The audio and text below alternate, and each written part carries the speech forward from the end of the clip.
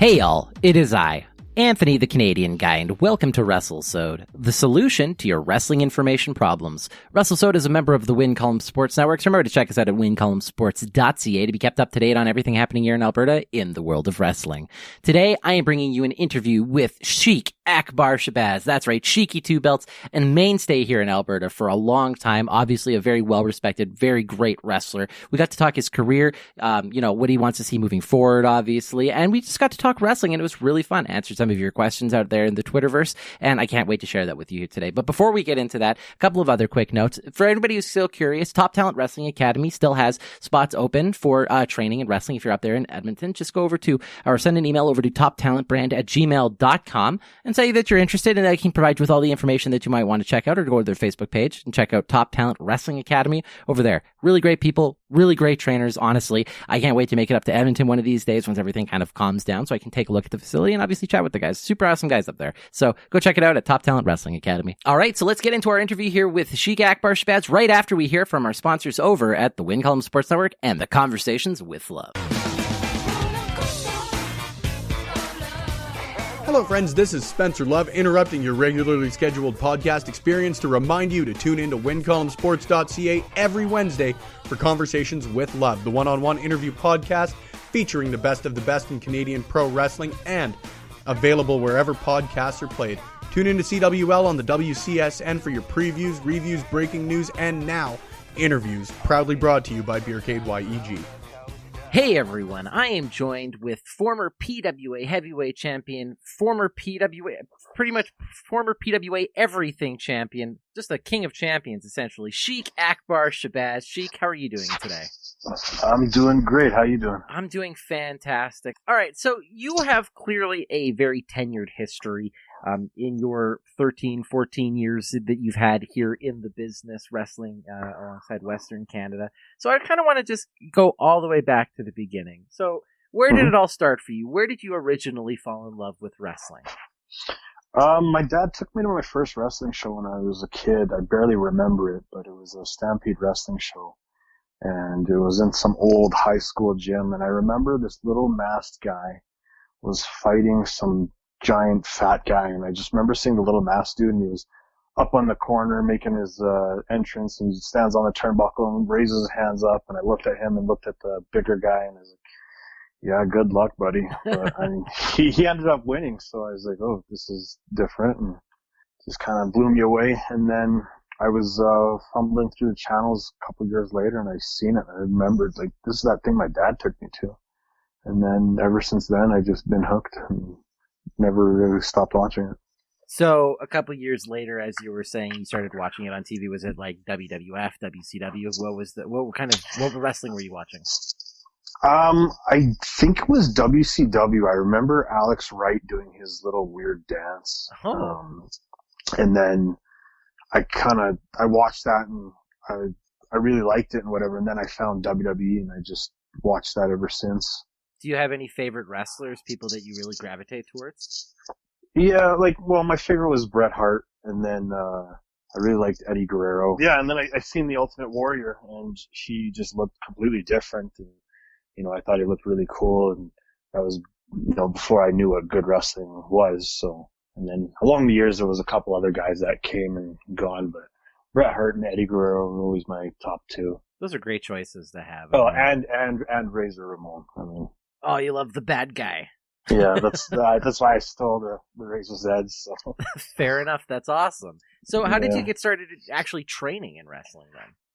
I met the referee there. Michael Fitzpatrick. Oh, the I met Fitz. him. Yeah, I knew his roommate, and Patrick would always come, and we'd kind of hang out and talk wrestling.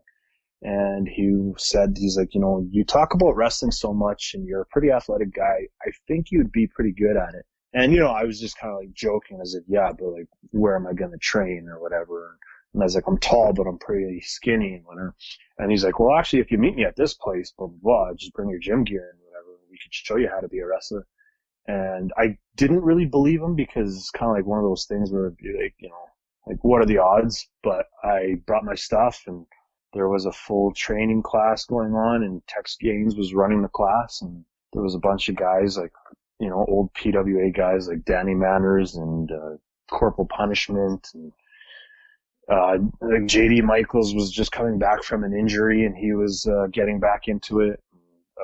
Lucas Drago, a bunch of dudes that are no longer around. I don't think anybody that was there is still wrestling. So that's crazy. So it's like you're listing off all these names and you're just like, you're the one left, it feels like. I guess, yeah, I was the one stupid enough to stick with it, I guess. You say stupid, I say like encouraging, and it's awesome because I mean nobody really gets as big of a pop as you do. Like no matter where you go in Alberta, you get a huge pop. Yeah, like I try to be as entertaining as I can,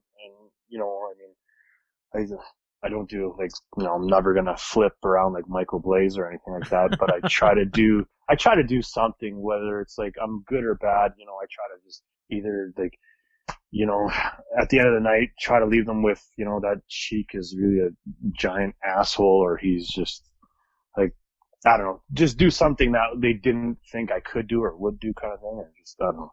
Fair enough. So how did you get started wrestling actually inside of the PWA then? Well, I was training for forever and there was never really a spot for me, but I would come to the shows and I just kept coming, and then there was an opportunity where they needed a spot filled, so I did it, and then I was really like here and there just wrestled, and I kind of wrestled in RCW a bit just to get better because there was really nothing much for me in PWA that was consistent. And then I remember I did a battle royal, and after that they used me every time, and yeah. So then you transitioned over to the PWA, and you started off your career, it feels like, with a pretty big and pretty strong high point there. You've been champion there in so many different incarnations, tag champs multiple times, mayhem champion, you've been the heavyweight champion, you've been other championships that don't even exist anymore. So, like, we're wrestling inside of the PWA. Would you say, specifically, a title reign that you've had that you felt the most proud of? Yeah, my Mayhem Championship reign I feel the most proud of because at the time, guys that were champions were always kind of just doing these, like, I don't know, I'm going to call them powder puff matches, where it would be like submission matches or air miles match or no count out, or just like matches that I felt were kind of like pretty boring, mm-hmm. And like not to like discount their ability and stuff, but it's just for me, I feel like, for a submission match, if you're not like Eddie Guerrero or Chris Benoit or Dean Malenko or Jericho or whatever, it's going to be a good match, but it won't be the best. And just, you're a champion. People look to you more to put on like these better matches and stuff. And just, I thought like, I really wanted to bring out the mayhem in the name of the title. So I did, all these like, I had these like, hardcore matches, and, I had a Arabian death match I did with Kenny Stryker where we did the Lego, the thumbtacks. I threw fireballs at him. He went through a table I threw a fireball at him when he was standing on the top rope, and he fell to the floor through a table. And just stuff like that, and, we whipped each other, we beat each other with kendo sticks, belts, whatever we could find, and just, and like the fans were going insane for it. And I just wanted to kind of bring something more to it where the fans wouldn't normally see unless it was like on TV or like somewhere in the States on the internet where they'd see it. So I just, I wanted to bring it like in their face and to them. And I don't know if like a lot of the guys didn't want to do it because like, they are rougher matches and they hurt a lot. But, for me, it was, pain is temporary, and it's just, I just wanted to do something memorable, and, cause like, no disrespect to, the thickness, what I mean? But totally. He's a great champ and all of that, but I just wanted to separate myself from everybody else to where it was like, I don't know if they remember or not, but I just wanted to be like, have people say like, this guy was a good Mayhem champion, but you should have seen when the Sheik was the champ. I had a coffin match with Gabriel. And, we beat each other with Halloween stuff, and I locked him in the coffin, and then he ended up throwing my manager John Links in there, and I built it. I think I had it with Kenny Stryker too, and he ended up locking me in there, and just like all these things that we did were just completely different. I don't know if you'll see him again. Maybe you will, maybe you won't. That sounds amazing. Yeah, so... Well, if there's ever a time to go back and look at some of these old videos, I guess now is really the time. There's a lot of time for it right now. I guess, yeah, there's a lot of time to find things, so... So, before we start getting into the questions that I pulled from the Twitterverse here, because we got a whole bunch of them, I gotta ask, so what's going on with the era of Archer right now? I mean, what's happening in this world? Obviously, PWA is on a little bit of a hold right now with this whole COVID-19 situation here, but how did you get suspended? What's going on there? Well, the whole thing started with, I knew something was up when there was the anniversary show there. And I think it was the anniversary show. We were at Nate, and Michael Allen, Richard Clark came and, started beating everybody with the cutter and hitting all of us. And then he threatened Archer, I want a title shot and blah, blah, blah. And then this guy started attacking me, in a motorcycle helmet. And it was too much of a coincidence that something was going on. So I never trusted him.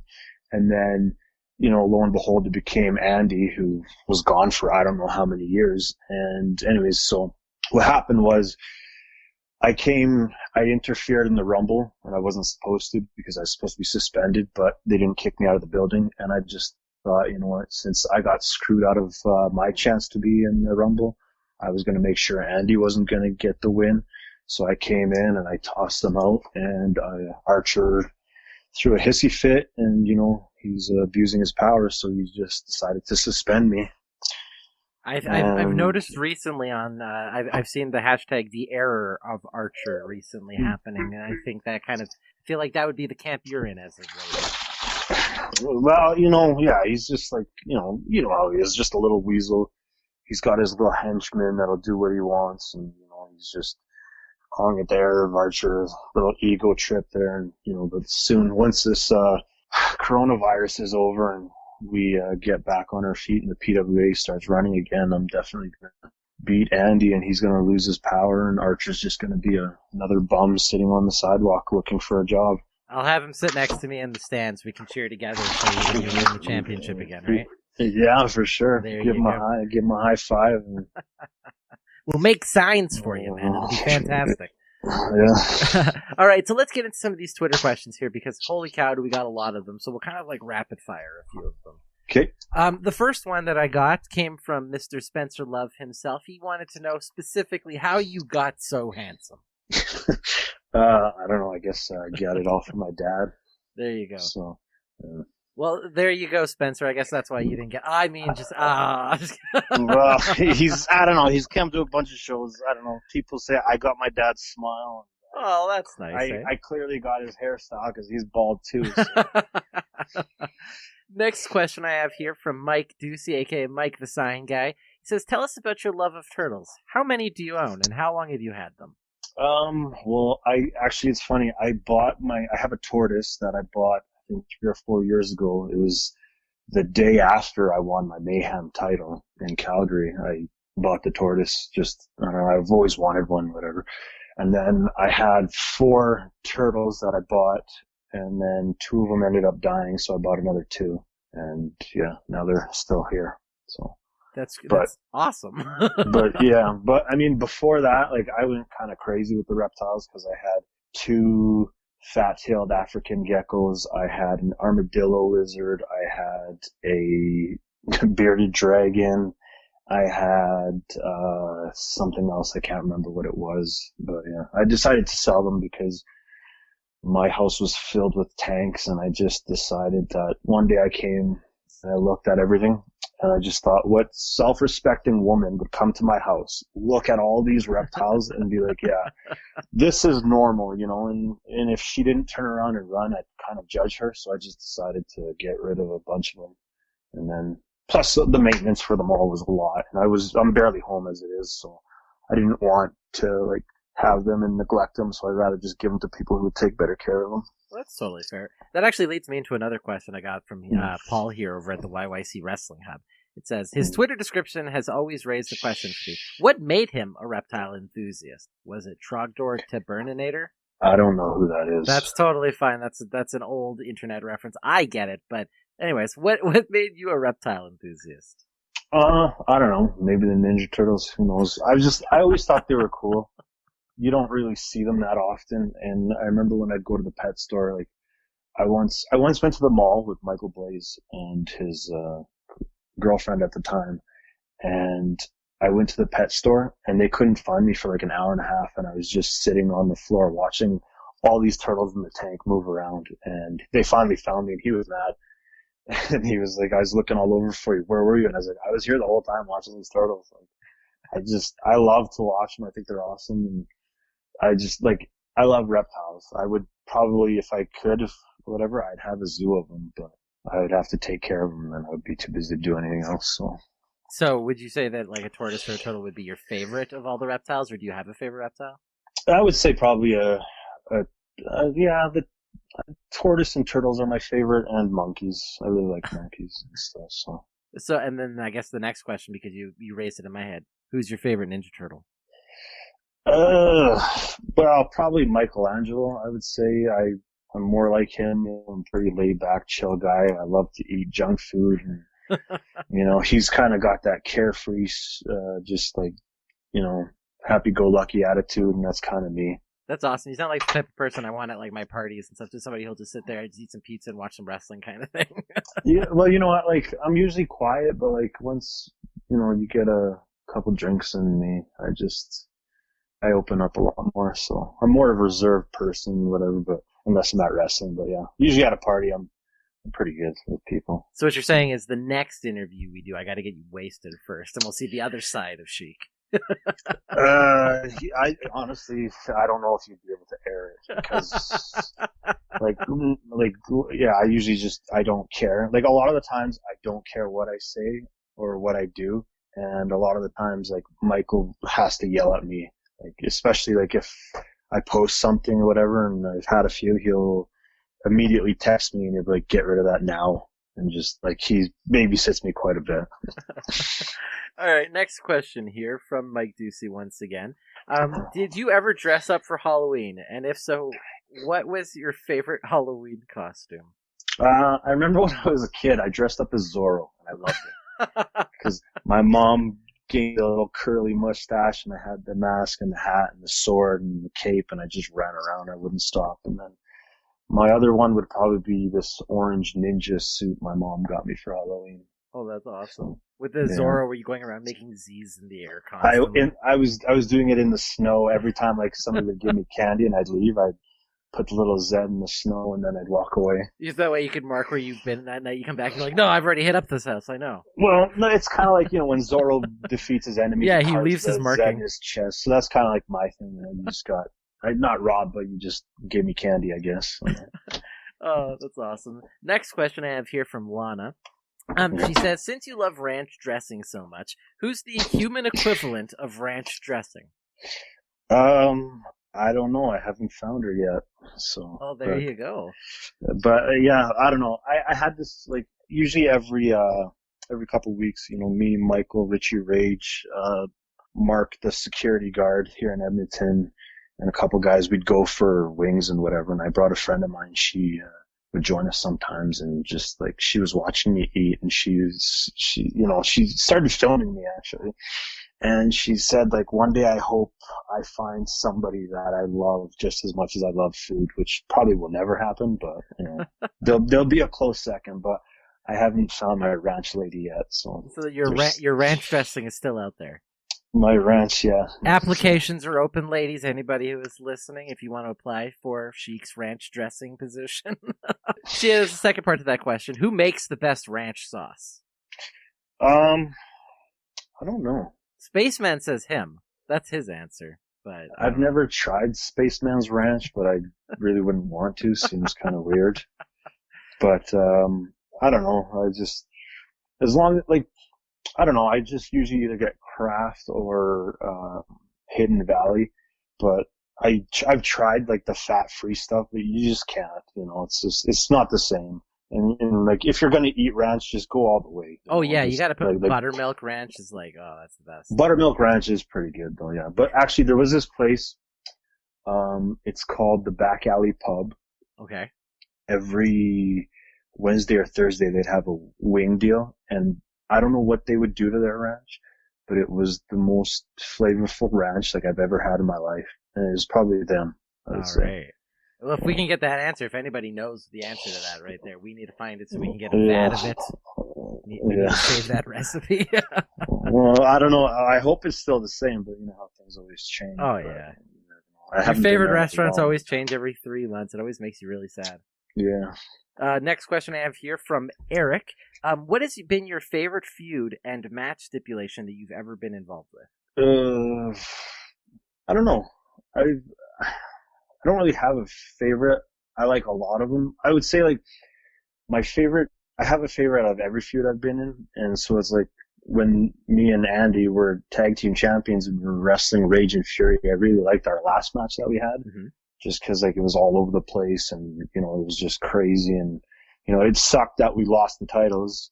And, you know, Andy took the pin on that one, just in case you're wondering. Throwing a little shade there. So I won the titles for us and that loser lost them. Oh.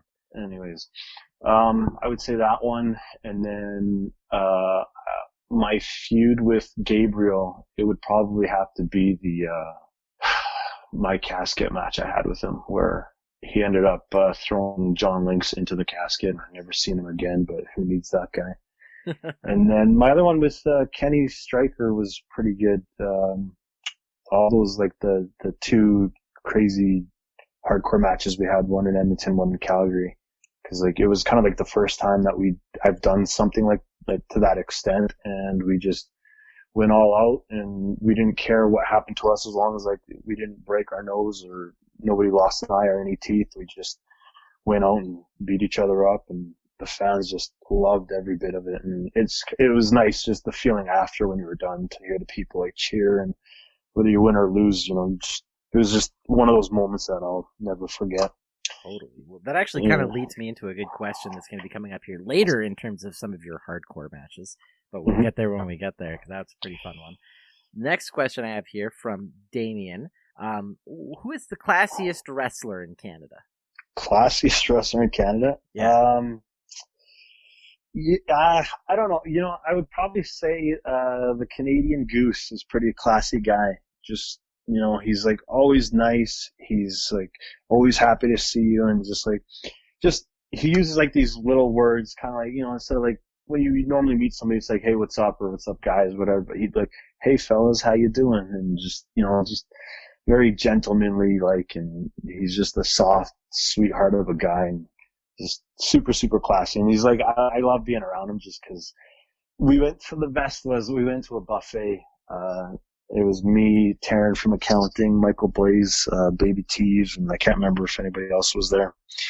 And he only had like one plate, and I think Michael was like, are you going to have some more? And he was like, you know, I'm not really a guy that eats too much, so I don't know why I came to the buffet with you guys, because it's not really economically feasible for me. And it just kind of, Michael started laughing, and it just kind of blew my mind. And it's like, who says that? You know? Oh, I love the Goose so much. I couldn't. Kyle is such a great guy, man. I honk all the time. Every RCW show, I'm honking like loud. Yeah. And the thing was, like, when I first met him, I felt like an asshole because, like, I'm terrible with names, and like people think I do it on purpose, but for some reason I kept calling him Brian. And I'd be like, hey, what's up, Brian? And he wouldn't get mad. He'd be like, oh, not bad, Sheik, how you doing? Blah, blah, blah. And he's like, but my name is actually Kyle. And I'm like, oh, man, I'm so sorry. But, like, I did it probably like 10, 15 times. And then now I just call him Goose just because, like, for some reason, it's hard for me to remember his name. But now I know it's Kyle. So, like, I haven't called him Brian in a while. But there's a couple other guys that get their names wrong. So. Hey, that's totally okay. There's a lot of people out there. And in terms of wrestlers, there's a lot of wrestlers out there, too. Yeah. There is. So I try to call him by the wrestling name now. That way it's easier for me to remember, but I still screw it up sometimes. Hey, that's totally okay. All right, so this leads back to that next question here. This comes from Paul over at the YYC Wrestling Hub. How many pieces of glass did you have to pick out of your back following the Clandestine Society? I don't know exactly. There was like a lot.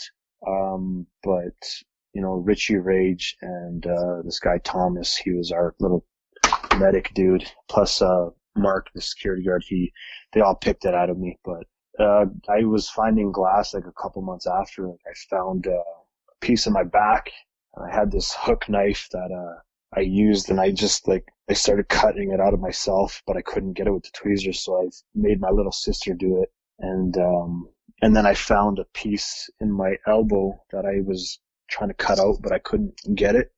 And then I decided to go to the doctors because there was like a bunch of, I don't know what's in there, but it was pretty close to my elbow, so I didn't want to hit any tendons or nothing. Right.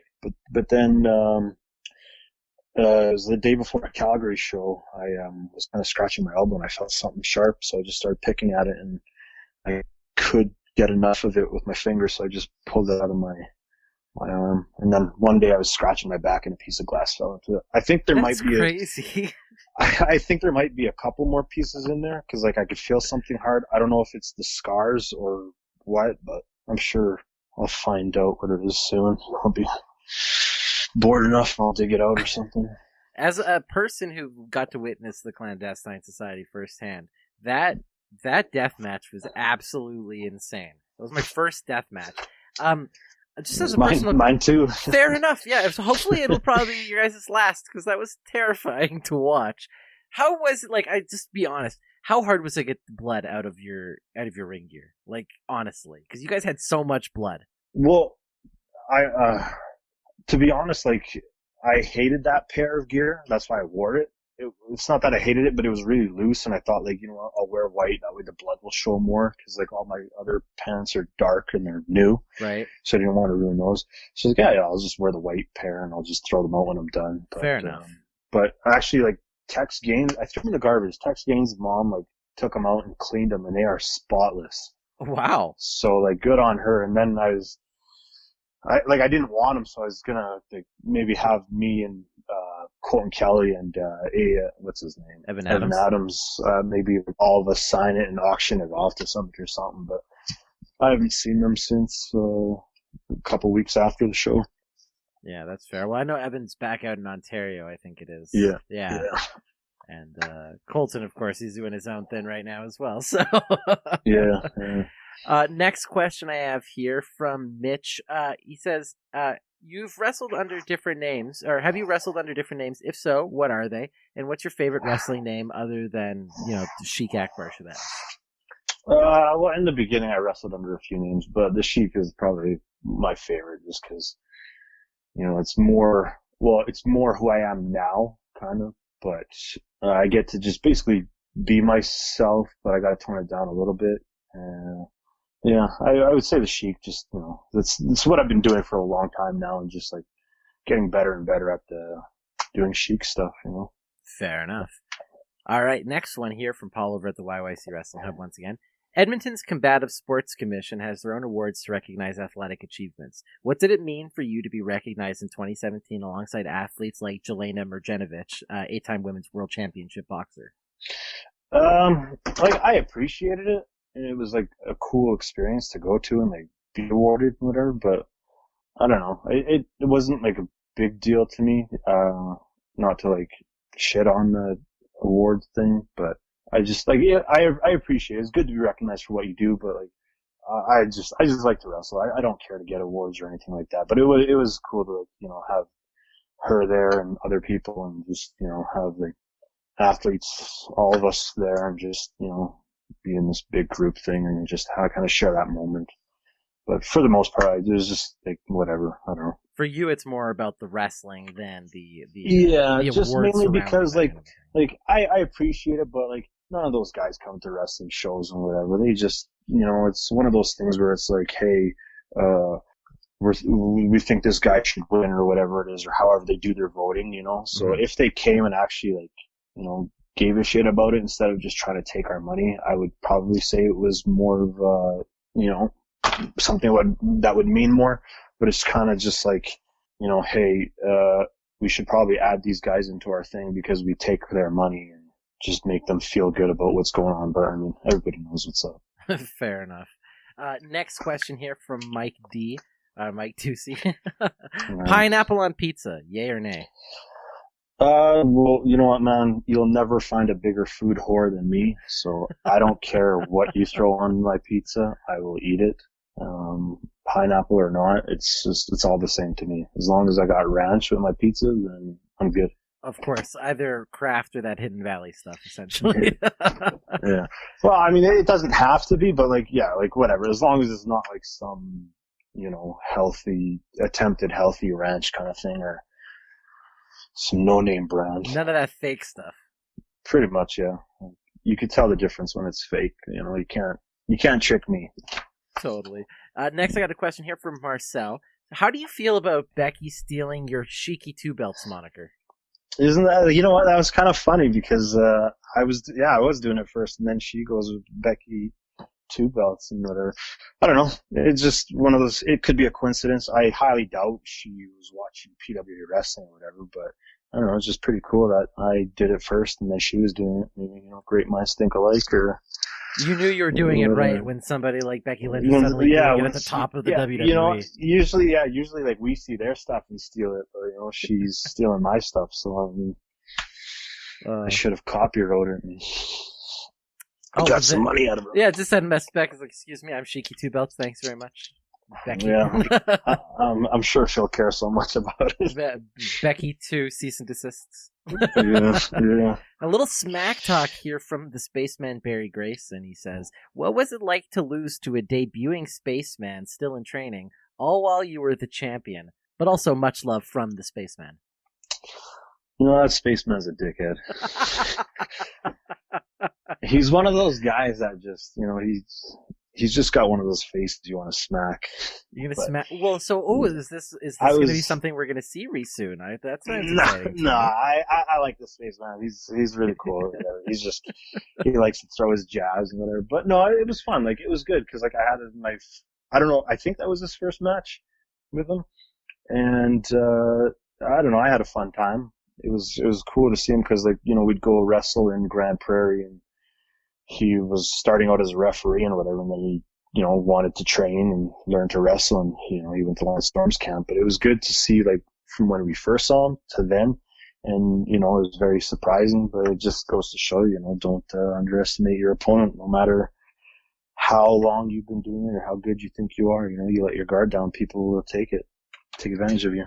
So. That's some great insight right there. All right, but still, Spaceman can suck it. Yeah, there you go, Spaceman. Apparently, you gotta watch your mouth before Sheik. He should watch his mouth because he stays at my house when he comes to the city. So I might just throw a little pillow outside for him next time. Throw a little itching powder on his blanket or something. Yeah, there you go. Some good ribbing going on there.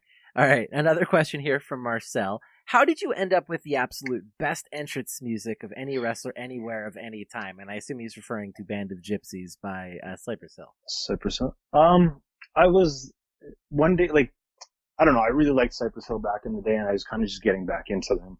And I didn't know they had a new album out. And so I was, one day, I can't remember where I was, but I was listening to it. And I like to get opinions from other people, just what they think and whatever. And so I was kind of just listening to it and listened to it again. And it actually, like, the song actually starts with some guy, and he's like singing in Arabic. So that part I didn't want to use, but like as soon as Be Real started rapping, I just like couldn't get that part out of my head. So I just thought, like, I sent it to Michael, and I was like, hey, I want you to listen to this song. What do you think how do you think, do you think this would be a good thing, entrance song for me or whatever? He listened to it. And like, usually when I send him music or whatever, some of it's a rib when I send it to him, and he just like shits all over me for it. But I was kind of surprised. I thought he was going to say like, it's no good because like, it wasn't as traditional Arabic sounding as my old music was, but he actually really liked it. And then I always do this. It's weird, whatever, but like if I'm at the gym, I kind of just like do wrestling stuff at the gym where it's like, whether it's my walk or a taunt or just stupid things, and people watch me sometimes. And I had the music playing, and I was just kind of like walking up and down the aisle, and I just thought like, this would be a pretty sweet song to come out to. It's a great song. I really enjoy this. Yeah. And then Boris, the music guy, I wanted kind of like something in the beginning before the music actually hit, and he found that little soundbite, Fresh Prince, where Will Smith would always say his name was something Shabaz. It was either, Akbar Shabaz Jenkins or Raheem Shabaz, Muslim activist, he would say. And that's actually where I got the name from too, because I'm a huge Will Smith fan and I love Fresh Prince. It's my favorite show. So I couldn't think of a name, so I just said that. And so he threw that in there and it just worked. Dude, I'm a huge fan of Fresh Prince of Bel-Air. Like you, I grew up on the show. Still to this day, whenever that scene where Will is talking to Uncle Phil after his dad left and he was talking about how his dad didn't want him. Yeah. Dude, I cry every time. Every single time. It's such a heartwarming moment, and they don't do TV like that anymore. No, not at all. That scene, it gets to you. It's weird. You can even hear the crowd, the audience is silent and crying during it. It's so good. Yeah, but the only thing that sucks is the only episode. The best part is the bloopers, but they didn't do any on that one. Yeah, that's true. And then season 5 they stopped doing it. Well, that was season 3, I want to say. It was season 4 because it was the first season where they switched. Yeah, that's right. It's the new Aunt Viv. That's right. Yeah, which I think the old one was way better. I think she definitely had more character, and she was definitely more of a lead in most of the show. Yeah, she had more character, and she was a better actor. Plus, I had a crush on Aunt Viv, the original one. But it sucks that they had to change her out. But apparently, just according to, because I've watched tons of stuff, and there was even something recently where they were talking about it. Apparently, she was a bit difficult to work with and didn't believe that Will Smith was very talented. Yeah, and then they decided to kind of cut a lot of her parts out in the new seasons, and she didn't like it, and she raised a fuss, and so she said, I'm not going to do it, and then they just said, okay, see you later. Yeah.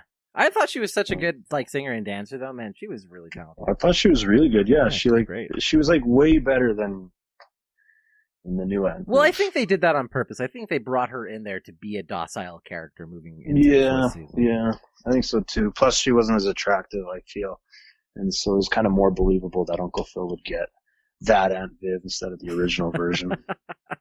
I think we have to do an entire podcast just on the Fresh Prince of Bel-Air at this point. Man, I'm down. I'm down for that. All right, there you guys go. The second follow-up interview is a Fresh Prince interview with the Sheik. Yeah.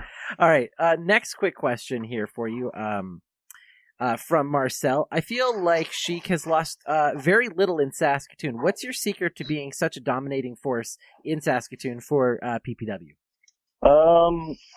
I don't know. I just show up and I just do whatever. I don't know. I feel like I've lost quite a bit in Saskatoon, but I mean, I don't know. I guess just beat the piss out of your opponent before you can get up and do it to you. There you go. And you're doing that better than everybody over there apparently right now. I try. I mean, I've been told I hit pretty hard, which I would hate to be on the receiving end of a punch from you. You already stand quite a lot taller than I do and have clearly a lot more size than I do. I would be terrified personally. Well, the only time I actually feel terrible was I was wrestling a tag match and I was fighting O'Doyle. And he was pretty close to the ropes, and I don't even know why I did this still to this day. I just ran and jumped, and his back was turned to me. And usually I have an idea of what I'm doing, or I know what I'm doing, but I jumped and had no clue what I was doing, so I just said, screw it. And I kicked him so hard in the back, I felt bad. And usually I just don't notice or I don't care. But, I just seen the whiplash, and then his throat hit the ropes, and even though I'm wrestling this guy, I felt sorry for him. He was damn, that was a little too far. it was, yeah. And so, yeah. I assume you got the win, though. Clearly, he got the win knocked out of him. So I don't remember, but yeah, maybe. All right, I got a string of questions here from Marcel's 10-year-old child. Were any of your family members wrestlers, or are you the first? No, I'm the first that I know of. I don't even think anybody in my family is really athletic. So there you go. Next question: Stone Cold or The Rock? I was always a Rock fan. I just growing up, Stone Cold was always beating up Bret Hart, so I hated Stone Cold for it. And I was just like The Rock because he just talked so much smack, and he was always flashy and just did whatever and just really didn't care, and it's kind of I feel like how I try to be just on a lower scale. Totally. I was going to say, I can kind of see a little bit of like the Rock's, I guess you could almost say cockiness in the way that you portray yourself sometimes when you have an advantage. Do you know what I mean? Yeah. No, I do. And, whatever, like, yeah, The Rock was cocky. He walked down the ramp, he beat people up, he left, he won, he did this, he did that, and it's kind of like, who's gonna stop him? It's just, I feel the same way, really. I mean, yeah, you guys both have that excuse. You're like, yeah, but who is gonna stop you? Clearly, Andy Anderson's not going to be stopping you. The era of Archer's not going to be stopping you. No, nobody will. There you go. Another question here from Marcel's 10-year-old child. What other sports have you played, and what other sports did you excel at? I used to play everything, actually. I was, basketball, baseball, soccer, like anything. I was growing up. I loved getting in trouble, and just like I was always just like that bad kid, and my parents would always just put me in like these sports and activities just to keep me out of trouble. My mom even put me in Sunday school just so she knew where I was and that I couldn't get into any trouble. But I drew a penis on the guy's pants, and he threw me out. So. Oh, this has been the best interview. Oh, fantastic. All right. Well, I have another question here for you before I let you go. Question I've asked every single person. Throughout history, there's been a lot of different championships in wrestling for multiple different promotions and different iterations throughout time. If there was ever a wrestling championship that you could say that you could hold, or say that this is the Sheik's championship, or that you could carry, what championship would it be? Well, I really like the look of the Undisputed title when they joined them together, the World Heavyweight and the WWE Championship. When Jericho got it, you mean? When Jericho got it, yeah, and I think like Brock Lesnar was holding it, and I seen it, and it just looked cool and whatever. But I would just have to say like the double wing, the Eagle belt there that Bret Hart would carry back in the early 90s and mid 90s. I think that was probably my favorite one, because that was like the one that was around the time where I watched wrestling the most. I fell in love with it and just kind of like got the dream of becoming a wrestler. And just when I see it, it just brings me back to that moment, and just, you'd have Bret Hart and you'd wrestle like, like Bam Bam and all these other guys and whatever. So I see that belt and it just kind of takes me back to when I was a kid. It's just, I guess for sentimental reasons, not really for me wanting to carry it, but I would, if I got the chance to. So, like, you would have that belt. Would you want to take it off of Bret? Would that be, like, your dream, if all throughout history match? Well, yeah, back then, yeah, I would definitely love to wrestle Bret Hart, like, if I could, my three guys would be, like, I'd love to wrestle, like, Bret Hart, Eddie Guerrero, Kurt Angle, All when they were in their prime, you would say. In their prime, yeah, because, like, there's just, like, I mean, it'd be a crazy fight, and, you'd learn so much, just, being in the ring with them, and just, I don't know, just seeing what level they are and you're not, and just where you want to be, and just, it would definitely make me want to be the best I can. Not that I'd say I'm probably lazily doing it right now, but, Fair enough. Well, I mean, those are three great people to be wanting to learn from anyways, right? Like, those are three like epicenters of different types of wrestling. And just completely different styles, Yeah, so. Exactly. Yeah. All right, buddy. Well, thank you so much for joining me here today. But before we do let you go, plug your stuff. Where can people find you? Where can they keep in touch with you? On my Instagram, just let me check here. My Instagram is Sheik Shabaz, and you can find me there. I'm not really much on social media, but anyways, my Twitter is, I don't know, let me take a look at this one too. Oh, the Sheik Akbar, because apparently Sheik Shabaz was taken. And yeah, for for Facebook, you can find me at, my real name is Nizar Watfa, so you can find me there. Perfect. I don't really do too much. Mainly my Facebook is about turtles and cat videos and just food. That's the main three things people tag me in, so. Well, those all sound like three things that I really enjoy watching, so. And except for the food, I like to eat that one. That one's an eating one. Yeah. Well, like a lot of stuff, like people will tag me in these crazy food things, and like I could probably do it, but a lot of them look pretty gross, and they're just like, I mean, I could do it, but I wouldn't want to. Yeah, fair enough. Is there a food that you know of that you're just you stay away from? I know you said that you're a food whore, but there's got to be some. Yeah, okay. I do not like to eat lentils. I will not. Yeah, my mom makes this. Like, my mom would make this thing. In Lebanese, it's called mjadra. My mom would make it, and it was like the saddest looking food I've ever seen. It was like gray, and it just looked like prison food that you would get like in a third world country. And like, if this food had a personality, it would be depression. And it was just like, I remember my dad, he like loves it, and he'd be like, oh, you should eat it. It gives you lots of iron and this and that. And just like, forget about it. You know, when my mom would make it, I would just make a hamburger or something. And then, I don't eat, this, it's called okra. It's a little green bean. Oh yeah, I know okra. Yeah. Yeah. I had some in Louisiana last year when I went down. Yeah, my mom, I won't do it. And there's a lot of things, like, when I was growing up, my mom would just force me to eat, but like these, she wouldn't, because she just knew I would rather starve to death than eat it. And then, you know, and liver. I hate. That's the one for me too. Ugh. Cooked liver is disgusting, but like, I love to eat raw liver. Okay, well, I won't agree with you on that one. Cooked liver, raw liver. You should try it. It's a totally different taste. You just put a little seasoning, and salt. tastes like feet to me. That's what I. When it's honestly, it's weird. When it's raw, it's delicious and tastes and smells completely different. You know what? I'll give it a shot. Honestly, I'll give that a shot. But I won't eat cooked liver because I think that smells disgusting. Yeah, cooked liver is gross. But you take a little piece of pita bread with your little chunk of liver. You put a little seasoning, salt, maybe a little bit of paprika, and you eat it, and it's delicious, man. Yeah. You know, here's another thing. I've got people who got mad at me. They're like, you don't like liver because you don't like blood. That's what it is. That's horseshit. I like blood. I like blood sausage. It's delicious. It's something in the liver. Yeah, I don't know. I wouldn't do blood sausage. Oh, well. Just... That's not that bad. Trust me. If I'll have raw liver if you have blood sausage. How's that sound? You know what, man? Like, I don't know. I once ate a live salamander. But like I've eaten a live salamander.